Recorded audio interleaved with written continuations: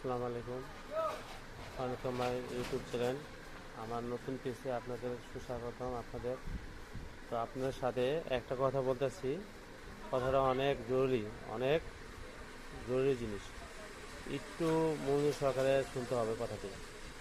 আমাদের আশেপাশে আমাদের সবার ঘরে ঘরে একজন না একজন ডায়াবেটিস রোগী আছে।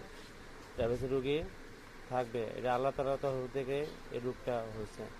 তো আমাদের করণীয় কি? প্রতিটা ফ্যামিলিতে একটা করে ডায়াবেটিসের মেশিন কিনা। অনেক সময় দেখা গেছে যে ডায়াবেটিসের মেশিন না কিনলে কি হয়, দেখা গেছে তার কি ডায়াবেটিস বাড়লো না কমলো, তো সে জানে না। তো সে অবস্থায় যে ওষুধ খাওয়া হয়, তো দেখা যাচ্ছে তার কোনো ক্ষতি হতে পারে, বা আবার ভালো হতে পারে, খারাপ হতে পারে। এই জন্য আমার উচিত যে আমার বাসায় একটা ডায়াবেটিস মেশিন রাখা, এমন ডায়াবেটিস মেশিন দিয়ে ডায়াবেটিস মেপে তারপর ওষুধ খাওয়া।